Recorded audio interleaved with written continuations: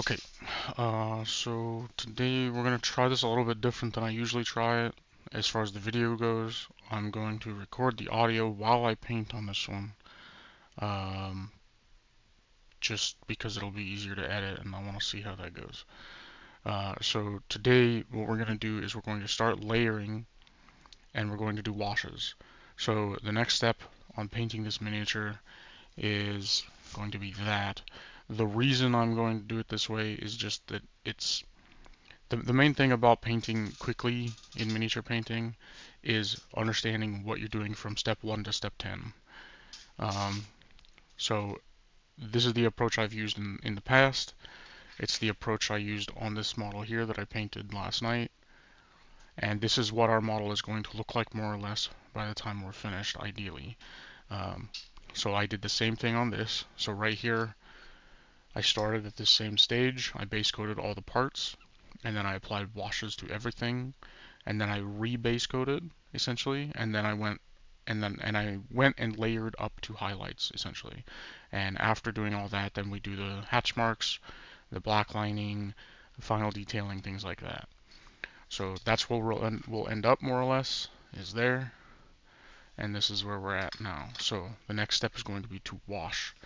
So regarding washes, and before getting into the washes super deep, um, I'll also cover painting fur in this real quickly, and how that will go.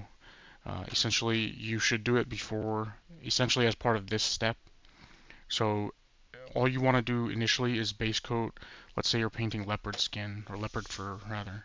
So you're going to paint the fur, um, like a yellow, goldish yellow color, and then you paint the spots in just rough black circles is all you really need initially.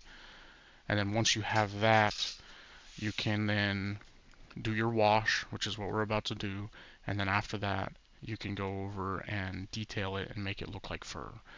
So initially, just base coat the parts like you would normally base coat anything.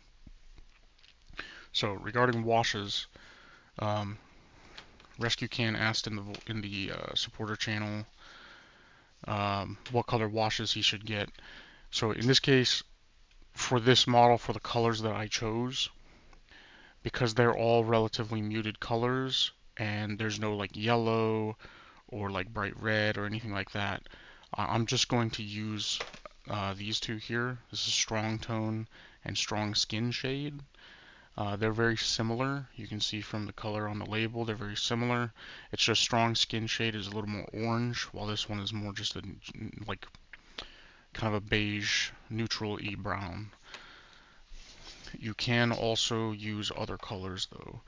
There are, green washes and blue washes and things like that. So for painting this guy here, I used different washes. So I used this blue wash on the fish on his foot, as well as the eel, and I think the starfish as well. And then I used a violet wash on, the violet wash was on the eel and the starfish. Um, and then for the skin and the octopus,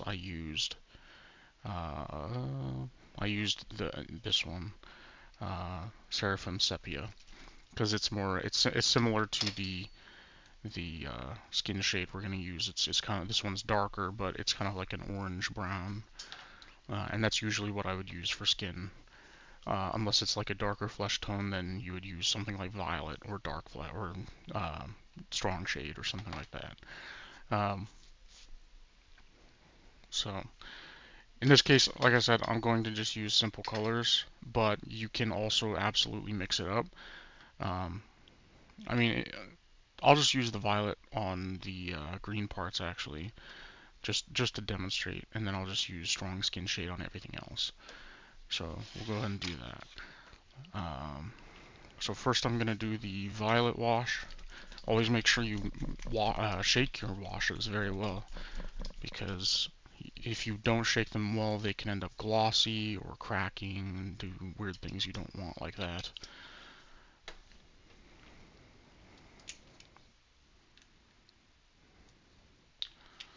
Okay, so I'll put the strong skin tone, or strong skin shade, and the violet on my palette at the same time. And then all we're going to do is essentially slosh this on the parts that I want them on. So for the violet, I'm going to do the green pants, the green sash shirt thing, and that's about it. So I will just apply it on those. And you want to apply it relatively heavily here, and then just after the fact, after it's applied, you want to pick it out and get some of the pooling out, because you don't want washes to pool too heavily, because if you do, it will, like I said regarding shaking, it can turn out glossy, it can crack, it can turn foggy, white. There's lots of different things that can happen if you let it pool too much, so you don't want to let it pool too much. The other thing is to go relatively quickly, because over here where my wash wrapped around the legs, if I don't get around there and then continue the wash, it can dry before I get to it, and if that happens, it tends to create what we typically refer to as tide marks, which are less than desirable. So I'm going to go ahead and do it on this little green roll he has on his back, as well as the backpack itself.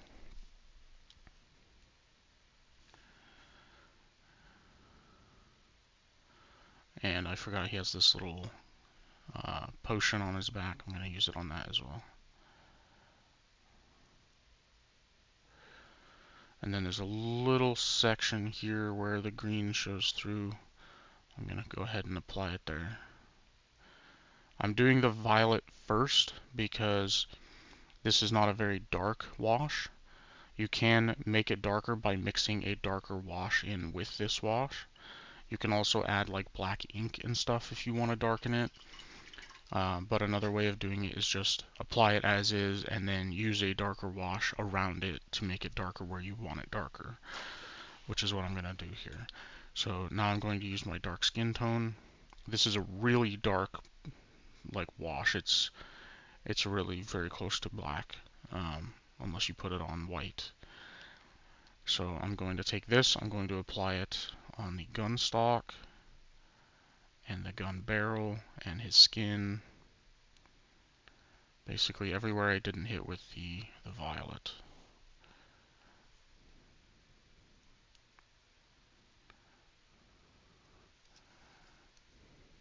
So the only time you would want to use really a different sort of wash is either to add interesting colors in, which is completely valid, and that's why I added the violet instead of the dark skin tone on some of it, because it'll make it a little more interesting once it's finished. But the other reason is, like, if you're painting yellow, for example, or bright red, or pink, white, things like that, it's not usually going to be advantageous to use a very dark wash.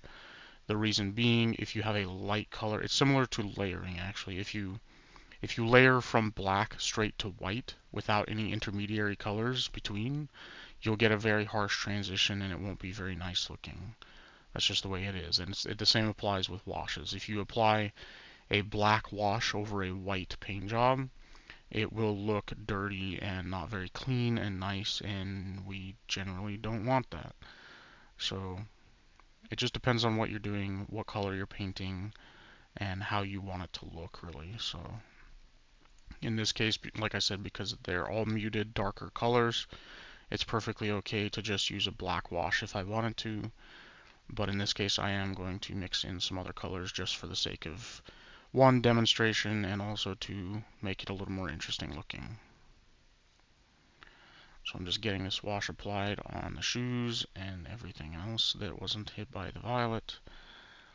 And this wash will contact the violet wash in spots and make it darker in areas where it matters, and that's perfectly fine. That's what I want.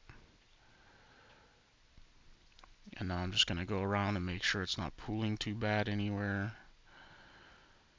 And the other thing to think about or understand about this process is that you are going to get ugly spots on your wash. It is going to look ugly in spots. That's fine. It also depends on the kind of wash you're using. In this case, these are Army Painter, except I used one Vallejo Game Color wash. In my experience, these washes are not great. They tend to leave a lot more mess behind than other washes I've used, like GW and Army Painter. But that's okay because the next step after this is to repaint over everything, so that's not really a big deal.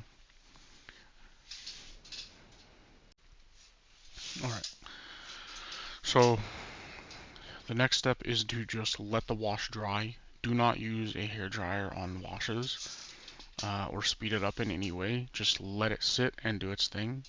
The reason you don't want to use a hair dryer and speed it up is because all that will do is essentially dry the outer surface of the wash. Anywhere that it's pooled, which is, pooled slightly, is part of the point of washes. It creates a darker shadow in recessed areas, excuse me. Um, Anywhere that is more recessed like that and has a slight pool in it will not dry inside the way that it dries on the outside, and you can end up with either cracking, which is bad and hard to fix, or you'll end up with just very thick pools of dry paint wash where you don't necessarily want it to look quite like that. It can also shrink the wash too quickly and end up with odd results and things like that. So just let it sit for 5-10 minutes and dry. Alright, so now that our wash has mostly dried, yeah, this is just a glossy, shitty wash, so now that our wash is mostly dried, what we're going to do is we're going to go back in with our base colors or something close enough to them, and we're going to essentially highlight over areas that are not the recesses, so the raised areas, basically.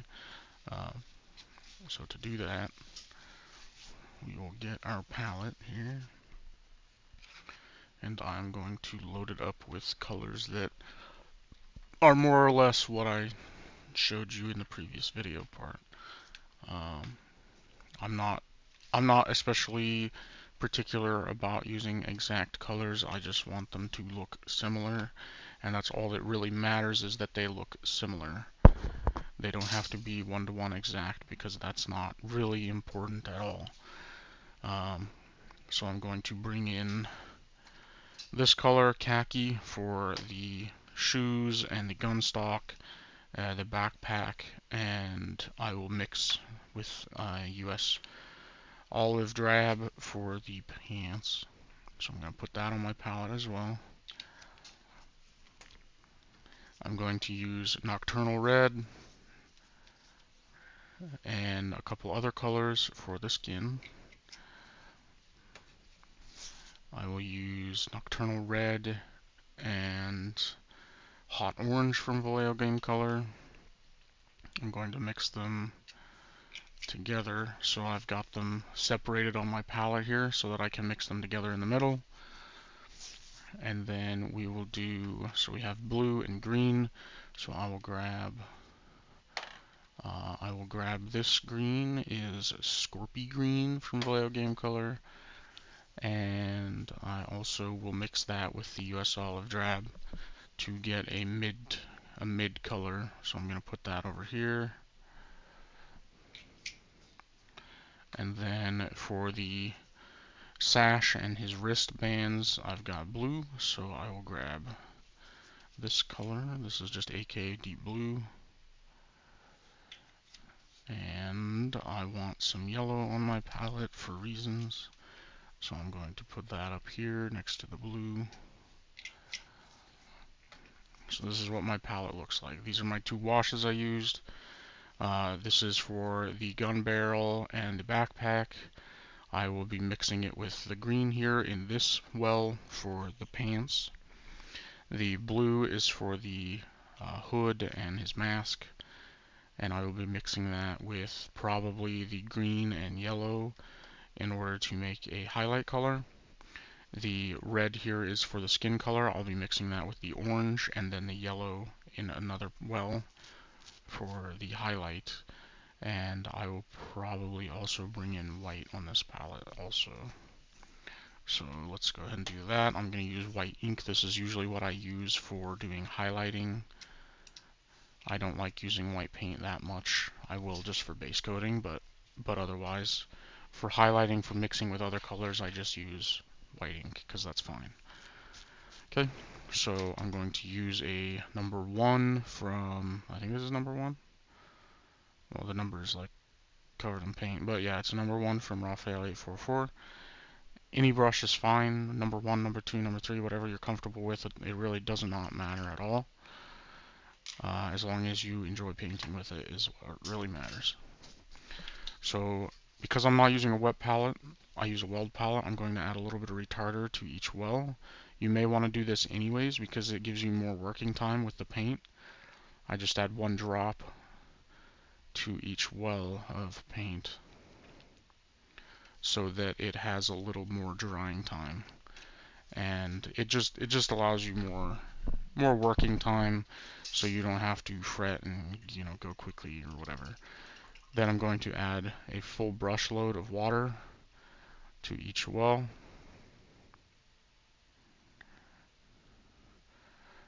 I don't normally paint this structured, by the way. I normally do this like on the fly, one by one. I don't normally lay out every color ahead of time, but for the sake of the video and to demonstrate, I am. Normally I would just do 1 color at a time, get it done, and then move on to the next color. But here we're not doing that. Okay, so I'm going to add another drop of water to these wells because it's not quite thin enough.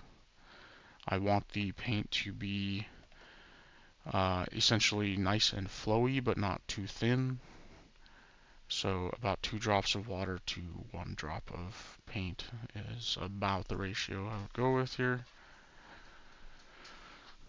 And then I'm going to mix them up. Well, I'm going to mix the khaki up at least. Okay. So for doing this part, all we're going to do is take our color onto our brush. Where's my center point? Let's put this base here. Okay. So all I'm going to do is put paint on my brush. I'm going to put a little bit just on the tip, basically like this, and then wick some of it off so there's not too much. And then I'm going to come in here on the shoes, and I'm going to pick out all of the raised areas and just brush over them.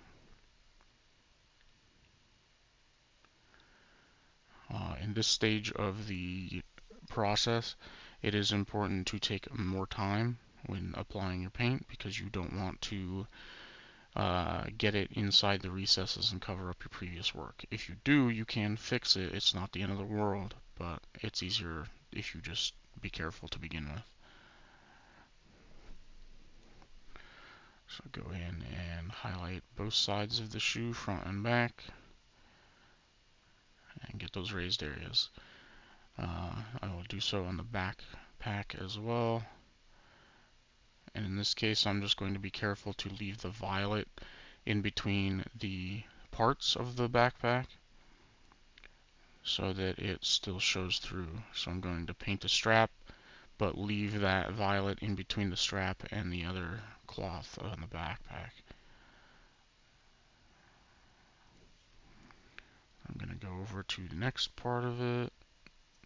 I'm going to adjust my handle here so that it's out of my way.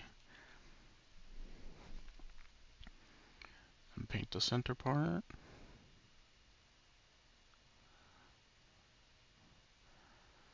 And then the back of the backpack here has some wrinkles in it, so I'll be careful to paint around those a bit and let the violet show through.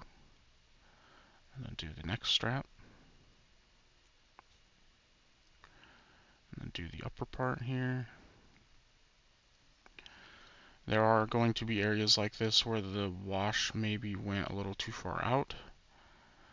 You mostly just want it in the recesses, so I'm going to go ahead and push it back a little bit by painting over it with my base color.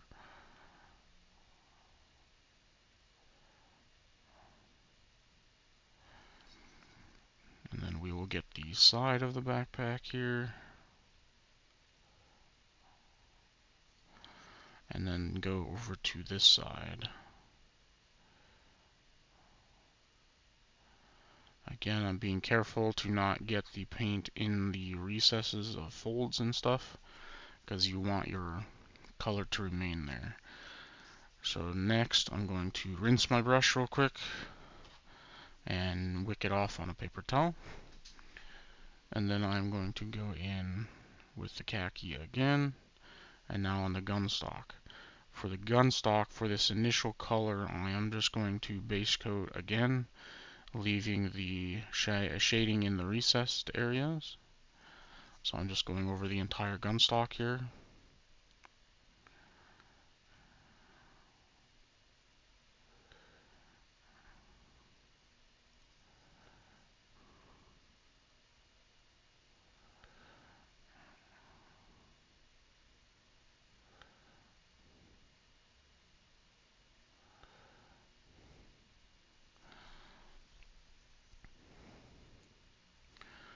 And making sure to get all of the raised areas of the gun stock, while being careful not to fill in the recessed parts. And then you have a base coated gun stock. Okay. Then I will go in with the green here. I'm going to mix the water into this and then put some of it in a separate well. I'm going to rinse my brush and then grab some khaki and mix that with the green. It's too much khaki, so I'll add a little bit more green until we get a lighter olive drab green, essentially. Rinse my brush real well and dip the tip of my brush in the paint, wick off a bunch of it on the palette, and then I'm going to go in here and again just on the raised areas, pick out some of these folds on the paints.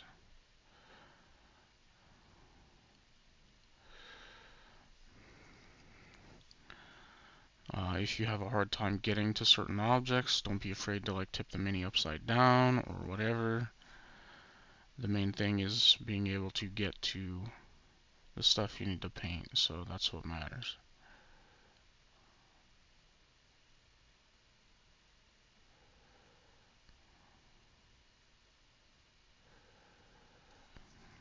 Okay. I'm not worrying too much about brush strokes at this point. It really does not matter that much when you're layering, in my opinion. If you want a really smooth model, you are going to want to care about that, but I don't. And you'll see why at the end it really won't be super visible, the brush strokes that is.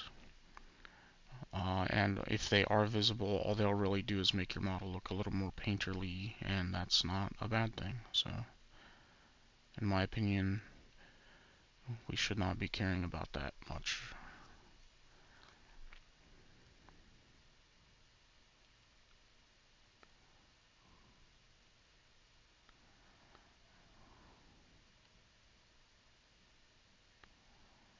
Okay, so I have gone over the pants now.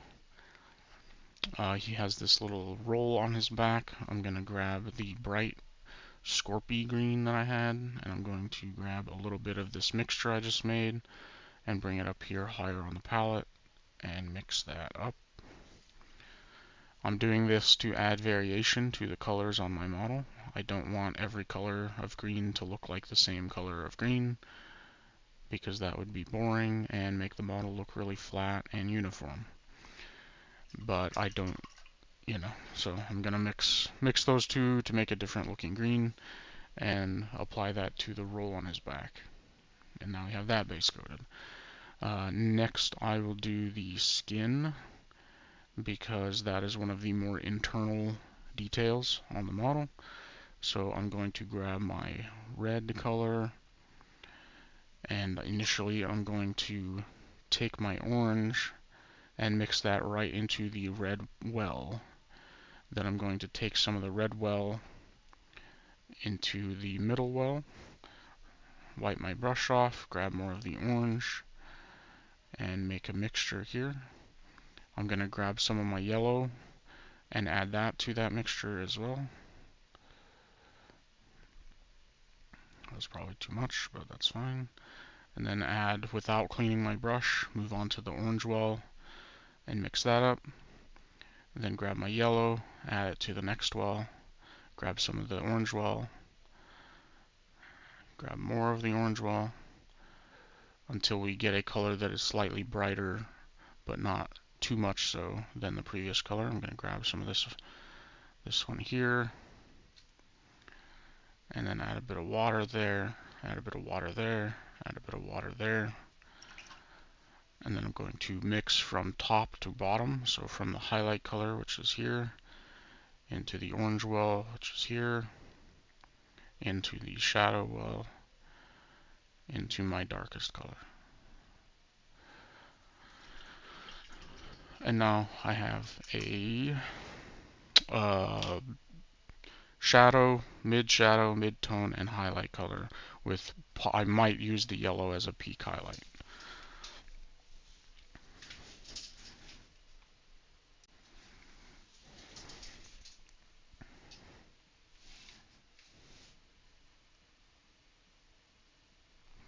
Okay, so now that I've mixed my skin tones, I'm going to go ahead and do that. So I'm going to grab the darkest color I have here, wick most of it off, and then I'm going to go out here and pick out, I'm going to do this first color fairly quickly because I don't want to dawdle on this too long, but I'm going to pick out the fingers and all of the muscles and such on the skin.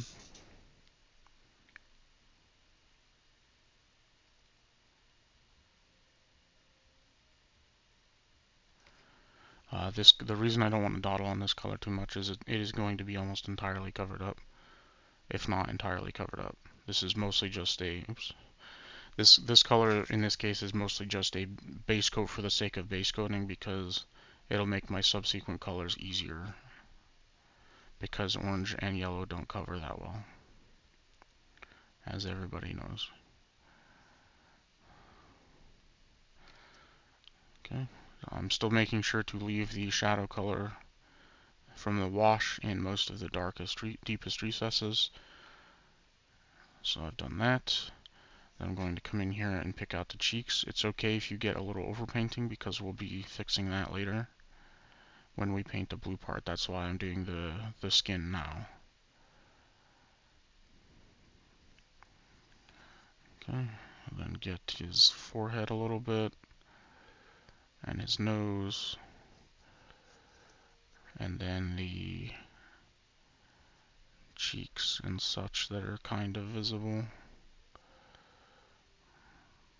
and then the tops of his ears, and then we'll paint the back of his ears and the back of his arms.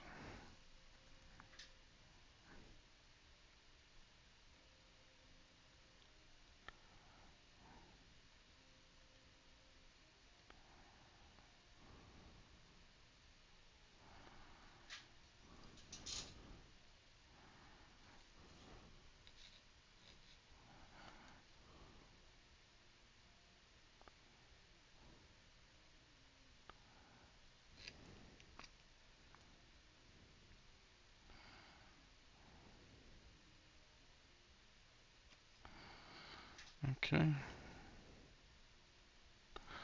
And then we will move on to the next color. So flip back to the front, grab my middle shadow color that I mixed, wick most of it off on my palette, and then come in here and pick out the fingers and hit all the same spots. In this case, because like I said, that previous color was more about making my subsequent colors easier to apply, I'm going to just paint over the entire object again, because I don't care about the previous color showing through. It's not important.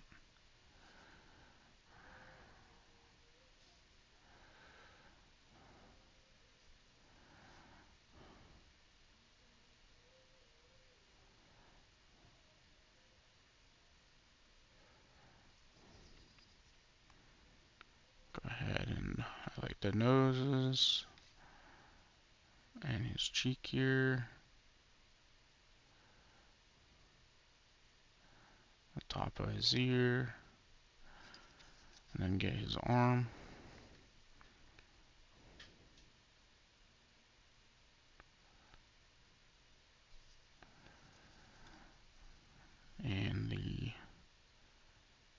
muscles here.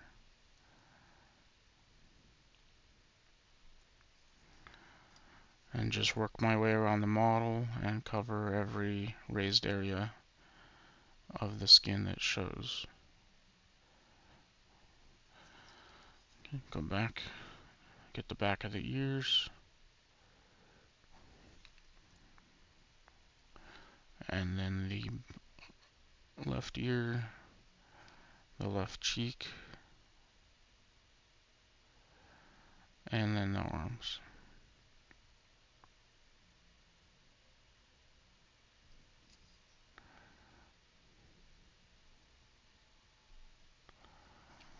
And the back of his hand.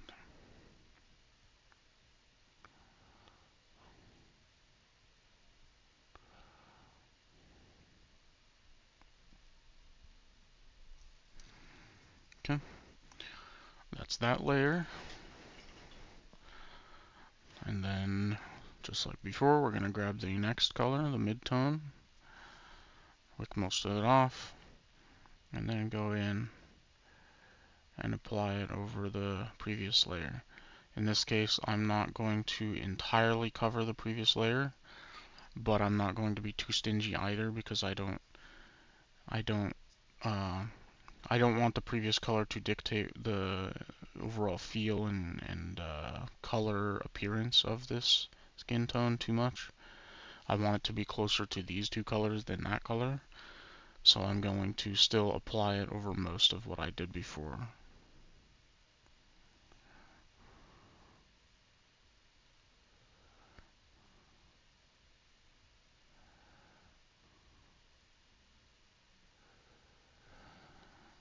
Get the nose.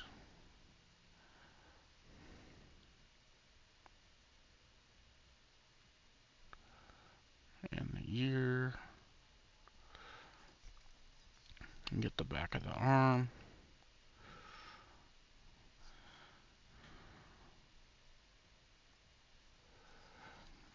Then get the back of the ear. The left ear. The left cheek.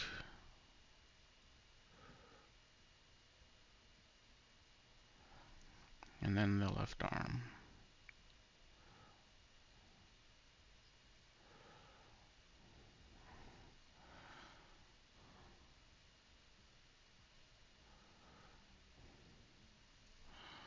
Okay. Hopefully I'm in frame for most of this. Okay, so now I'm going to go to my highlight color. This one I am going to cover a lot less because I want this to be more of a highlight and not just another majority color. So I'm going to cover the tips of the fingers, the upper parts of the nose, and a little bit on the cheeks, a little bit on the tips of the ears, and then the knuckles of his other hand. And then we're going to get the peaks of his muscles on his arm, because these gun gobs are shredded, dude.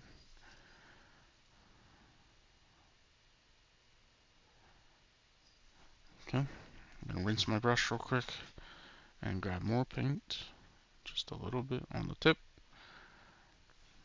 and then get the other arm.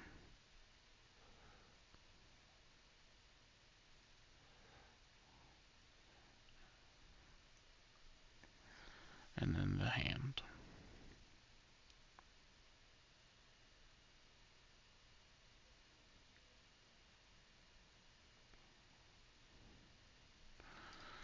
Okay, so that's pretty good, but I do want to add a last highlight, a real peak highlight, so I'm going to grab my yellow and dip it into the orange that I made there, and mix a new well that's a little bit brighter, but not crazy brighter. Thin that a little bit, and I'm going to grab that color, and then go and just grab the most peak parts of what we covered before, just to bring it up a little bit further.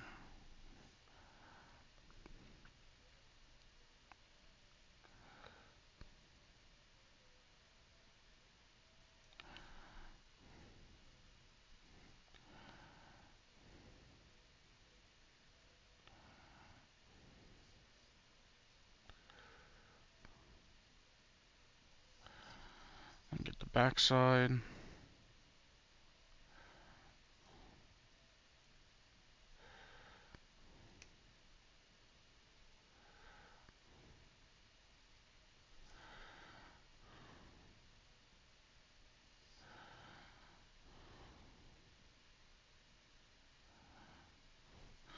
Okay, and that's the skin. And that's basically the entire process. We're just going to do that on the rest of the model. For the gun barrel, I'm going to go back in with a similar gray, and I will do a quick highlight by just adding white to that gray. And that's pretty much it on this part of the process. I will come back to you in 1 second when I have the rest base coated.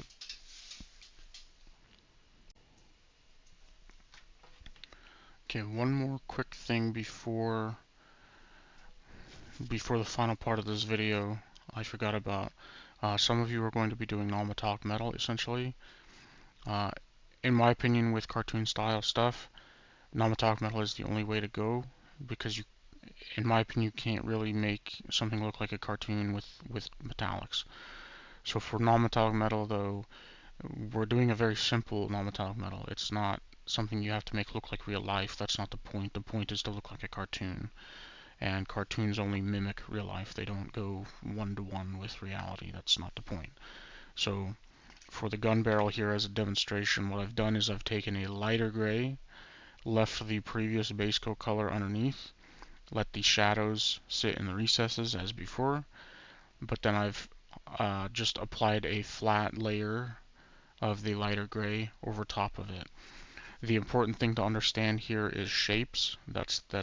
It's too much to go over in depth here, but I will talk about it very quickly. Essentially, this gun barrel is a cylinder, so if you look at a real metal object like this, cylinders will be highlighted with a line like this. That is how they're highlighted. That's how metal cylinders reflect light. And so we're going to mimic the same thing when we paint this gun barrel. The way we're doing that is first applying this. This is your first set of highlight, essentially. And then I'm going to mix a brighter color, a brighter gray, by just adding white to that. You can do this with all sorts of colors. It doesn't just have to be gray and white and black. It can be whatever you want. You don't even have to paint it like it's non-metallic metal if you don't want to. It's just what I'm doing here. So then with this next color, I'm going to go in and I'm going to make tiny little slashes as I go and just highlight my previous color.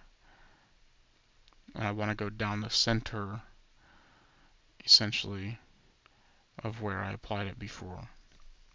Same on the back side. I'm going to make little slashes going along the center of what I colored before.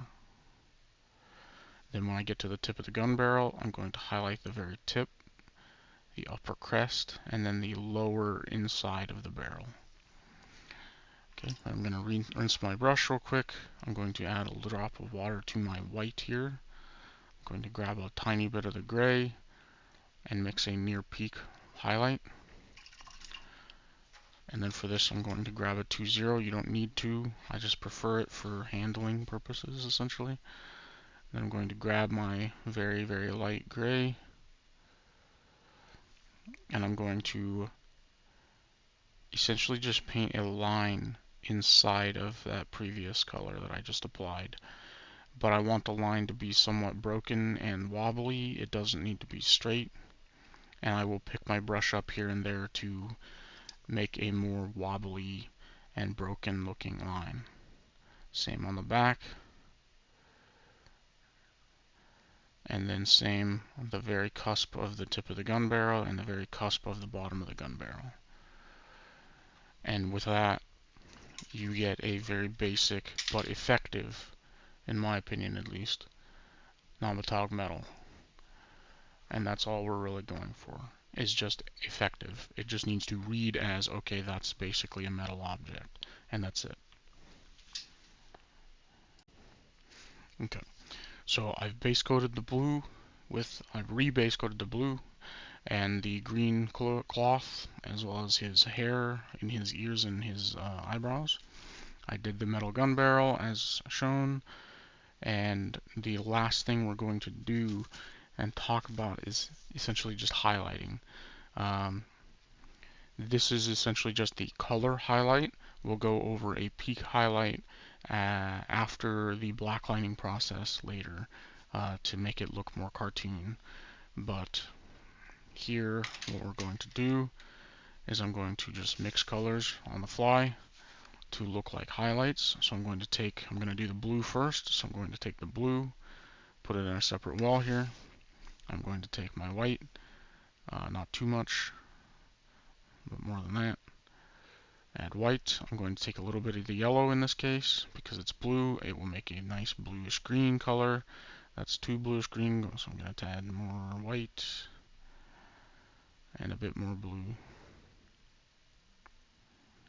and bring it back more because I want it to be more blue than green because I already have a green sash and cloth. I don't want everything to be green. Okay, so then I'm going to take that color and I'm going to do essentially the same thing as we've done, except I'm going to only apply one highlight here, and I'm going to apply it on the peaks of objects, or on the peaks of the folds and stuff rather, on his cloth, head, thingy, helmet, hat.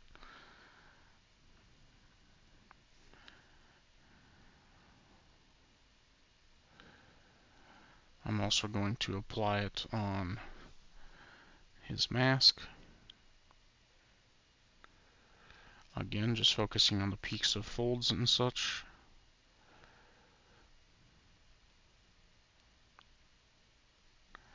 And then on his wristbands. And then his back wristband. And then the back side of his mask.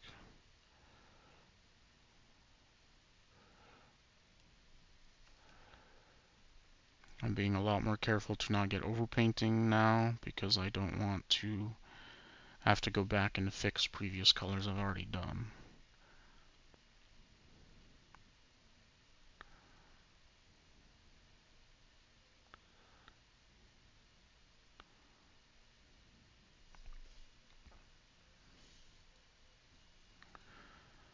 And then the peak of his hat here, I'm going to go around the rim of it and then highlight these folds again like before.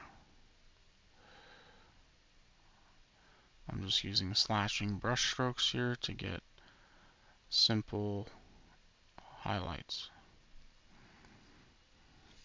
And then on the very back, I'm going to do just a few hatch marks down the back, like so. Okay, so that is that color. The green pants, I'm going to take this green color that I mixed. I'm going to grab some of that white, add that white to this green mixture, add a little bit of my tan, and this is what I'll be using for the pants. I'm going to do the same basic thing, just apply some simple slashes on the peaks of folds and such to imply highlights.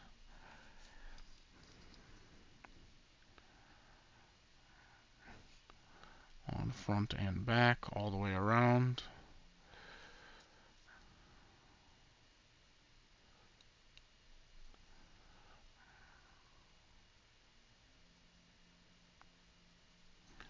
Okay, then I'm going to take my Scorpy green as is. I'm going to dilute it a little bit more because it's too thick. Rinse my brush, grab a bit on the very tip of the brush, and then I'm going to highlight the green sash cloth colors with this. I'm going a little more heavy-handed on the highlight with this color because I need it to separate more from the other colors of green that I have on here already.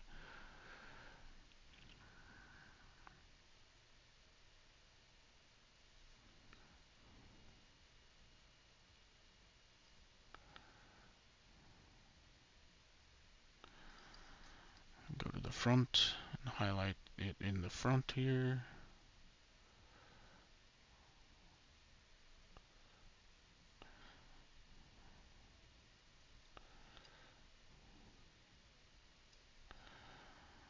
Okay.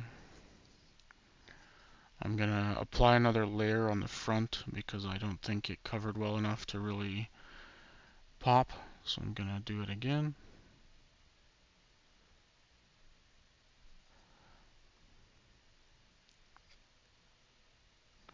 And that's a bit better.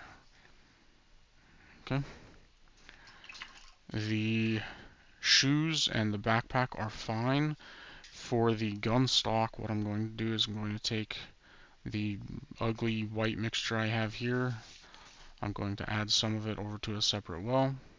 I'm going to take my khaki color, just a little bit on the tip of my brush, and mix it over here. Grab more of this white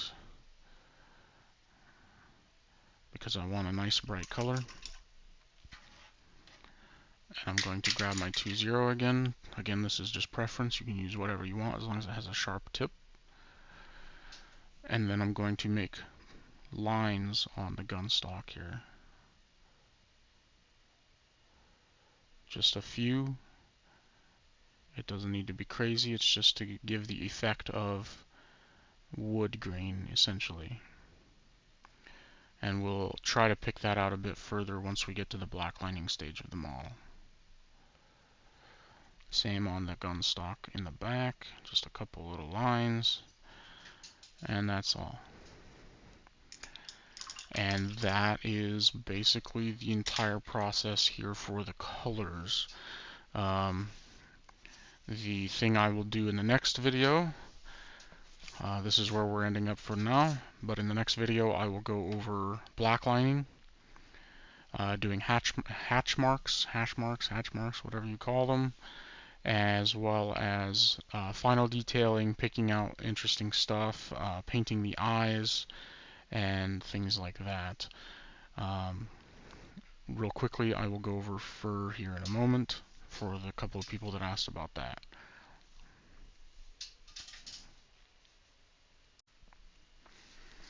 Okay, so this is a crab. Where's the crab? There's the crab. Okay, crab. For painting fur, furs do not have, well, furs do not have crabs, but also crabs do not have fur. However, this crab is going to have fur. For a quick demonstration, so that you all understand how this applies to things with patterns like fur. So I'm going to quickly base coat this in orange. It's not primed, it doesn't matter right now. I'm going to base coat it in a darker orange actually. I'm going to hair dry this.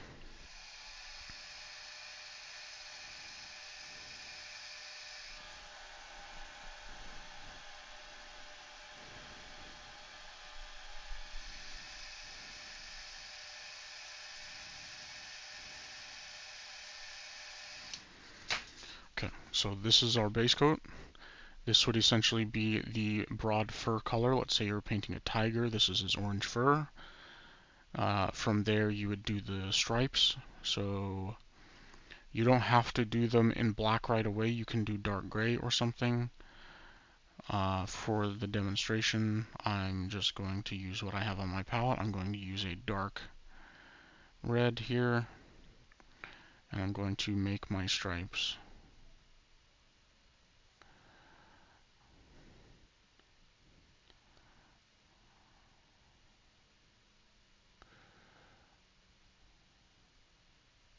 Okay, I'm gonna hair dry this real quick.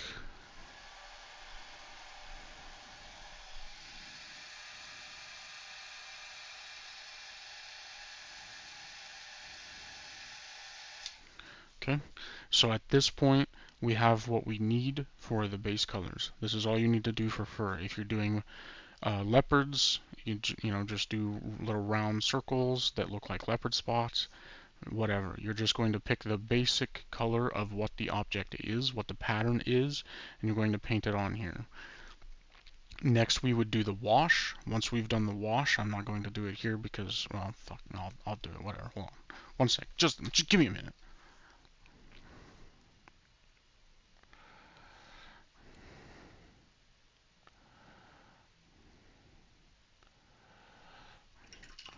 I'm going to blow dry this even though I told you not to.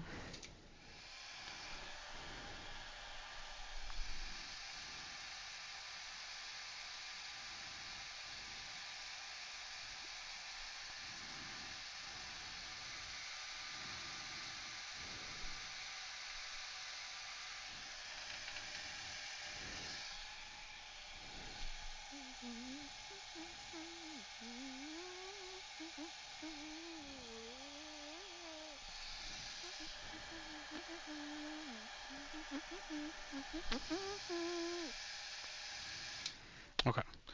You can see why I told you not to hair dry it. It's all ugly and weird and strange looking, but that's not the point right now. The point is just to demonstrate the process. So now what we're going to do to make it look like fur, I'm going to take my orange base coat and I'm going to paint in slashes.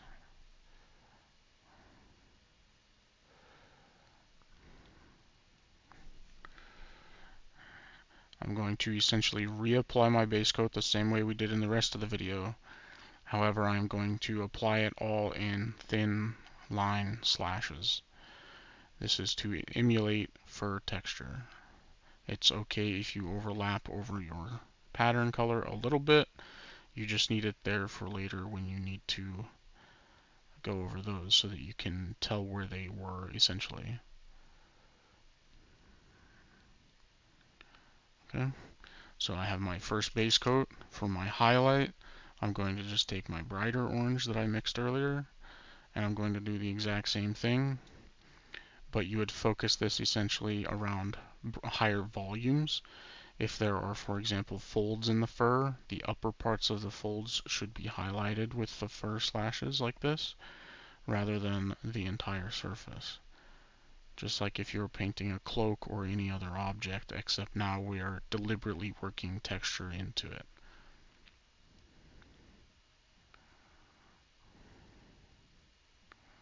Okay, you can highlight it even further if you want to by making a brighter highlight color and hitting those very, very peak highlight locations again. Okay, just like so. And that's just to emulate fur texture. Once we go back to do our stripes, I'm going to grab black ink here because tiger stripes are black. The base coat color doesn't need to be black, but the final color should be black or at least dark gray. So for the stripes, what I'm going to do is I'm going to take my black ink here. I'm going to then very carefully and slowly make slashes in the shape of a tiger stripe. Because I want this to read as fur, it's not painted on, so I want the stripe itself to also be slashes, because the real tiger stripes are made up of hair. They're not made up of paint. So we want it to read as that. And all this is making tiny little slash marks and letting them get wider and then making them smaller to create a stripe. Just like that. And that's literally all. That's basically all it is. If you're doing a leopard stripe, you would do the exact same thing I just demonstrated, except instead of going in a line, you would go in a circle. So you just make tiny little slashes around in a circle. I have too much paint on my brush. Hold on. You would make tiny little slashes in a circle. Just to make leopard stripe, or leopard pattern, leopard spots, I guess. And that's all it is, really. It's simple. It just, take your time, make the stripes, and, use slash marks to highlight, and apply your paint rather than just normal brush strokes, and let the texture remain, because that's what makes it look fur-like. So there you have it.